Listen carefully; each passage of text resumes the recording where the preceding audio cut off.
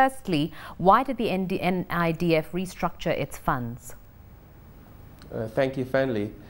We had to restructure the NIDF for a number of reasons. You may recall that the fund was set up in 1997 primarily as a hedge, a dollar hedge for Nigerian investors who saw there was a potential for the naira to be devalued. Hence, we, with the permission of the central bank and SEC and NSE then, we packaged a $100 million portfolio in naira, converted into dollars, and purchased Brady bonds and promissory notes for our investors. That investment has done very well. In dollar terms, it returned about 7% for all investors. In naira terms, about 15%, and has paid made coupon payments every year since '97. However, in 2006, when the federal government of Nigeria decided to buy back its Brady bonds and most of its promissory notes, we were left without an underlying investment instrument for the NIDF. So we had a choice either to close the fund or use the vehicle to do something else.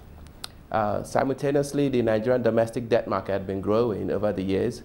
Beginning in 2003, the Debt Management Office had become much more proactive in issuing bonds, FGN bonds, and we've seen a market that's gone from zero to today about 2.3 trillion naira in market capitalization and turning over roughly about 2 trillion every month.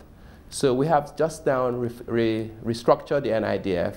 Today, it invests not just in foreign denominated instruments of the federal government. It is actually permitted to invest in both domestic bonds as well as international bonds of the federal government, as well as all state government bonds, both domestic and international as well. Ike, what are you doing to make the fund very attractive to investors?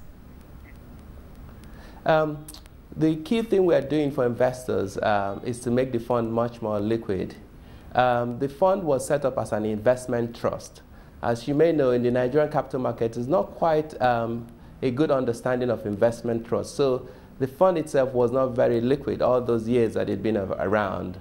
So many investors found that they held a paper that was, they held an instrument that was worth something on paper, but when they tried to sell on the Nigerian Stock Exchange where it was listed, they were being forced to sell at something like 40 or 50% discount to the actual value. What we have done as part of this whole restructuring is also to make it a unit trust scheme. So it's moved from being an investment trust to a unit trust scheme in which Afrinvest makes a market in the fund directly for investors. That allows investors to get full value for their instrument anytime they want to sell it. We believe that that's a very ideal vehicle for the Nigerian market given the state of development it is today. Well, what are you doing to create awareness of investment funds in Nigeria currently?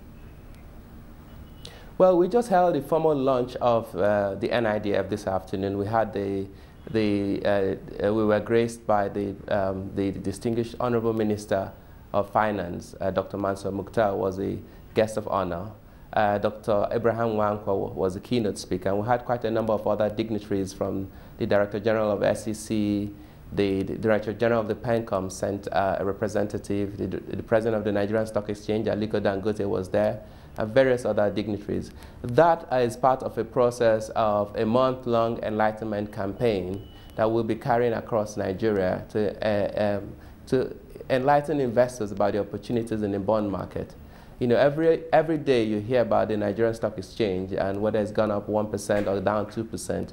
But actually, the Nigerian Stock Exchange Index turns over about 30 to 40 billion naira cumulatively every month, and that's a record over the last 3 to 6 months.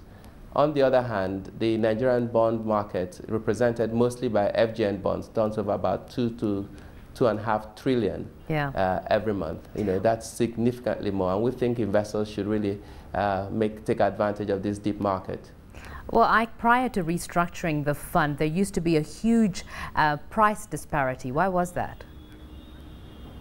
The price disparity was fundamentally because of the illiquidity of the fund. The fund was listed on the NIDF as an investment trust. So you had an entity we called NIDF PLC that was listed on the NSE. Essentially, the structure of the regulatory environment we had did not allow us to be able to trade the fund directly in a sense like an exchange-traded fund. We had to trade, list it as though it was a company. And hence that imposed quite a lot of cost to investors. Anytime they wanted to buy or sell, they were open to paying the same sort of transaction fees, about 1.5% either way, buying or selling.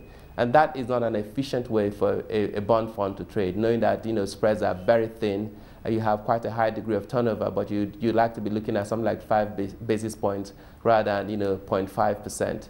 All right.